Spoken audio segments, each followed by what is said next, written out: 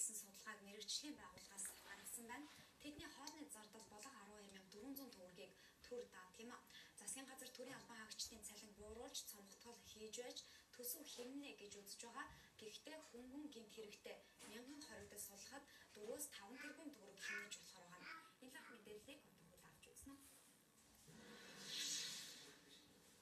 Засгийн газарт төрийн албан хаагчдыг цомгтгохгүйгээр төсөв хэмнэж болох зардал байна. Энэ зардлыг шоронд хоригдож байгаа 7000 гаруй хоригдлоос гаргаж болох юм а. Тодруулбал шоронд ялд идэж байгаа за хүний амнаас татсан хүчингийн, залдингийн, авилгын хэргийг оролцуулахгүйгээр бусад гэмт хэрэгт холбогдож ялд идэж байгаа зөвхөн 1000 гаруй хоригдлыг л өршөөхөд 4 орчим тэрбум төгрөг хэмнэж болохоор байна. Тооцож үзвэл нэг хоригдлын өдрийн хоолны зардал 12400 төгрөг. За нэг хоригдолд хоолны зардал гэж 4,526 мянган төгрөг жилд усаас төсөөлж байна. Зөвхөн 1000 хоригдлыг өршөөлт хамруулахад 4 тэрбум 526 сая төгрөг хэмнэгдэх нэ.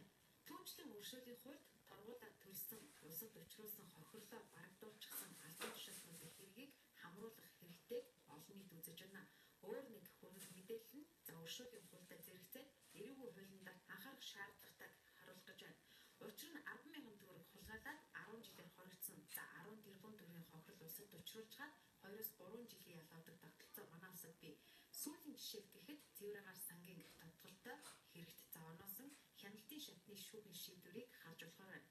Тодруулбал 4.5 тэрбум төгрөгийн хэрэгт холбогдсон нягтлан хуланд 8 жилийн хоригдол. За 300 сая төгрөгийн хэрэгт холбогдсон байгаль орчин ногоон гэрчлийн яамны санхүү хөрөнгө оруулалтын газрын дарга цэцгээд 5 жил.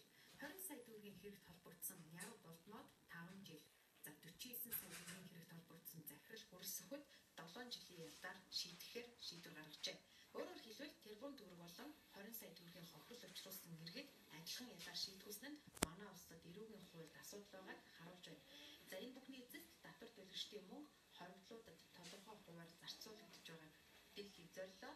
За засгийн газар 2000 төрийн албан хаагчийг цомгтгож 2-3 тэрбум төгрөг хэмнэн гэж байгаа. За гэтэл ажилтан цомгтгохгүйгээр өршөөлийг үзүүлэх хүмүүст нь үзүүлж за төсөв хэмнэх боломж байгаа юм а. Монгол улсын шорондсон нийгмийг халах цаг болсныг олон нийт хэлж байна.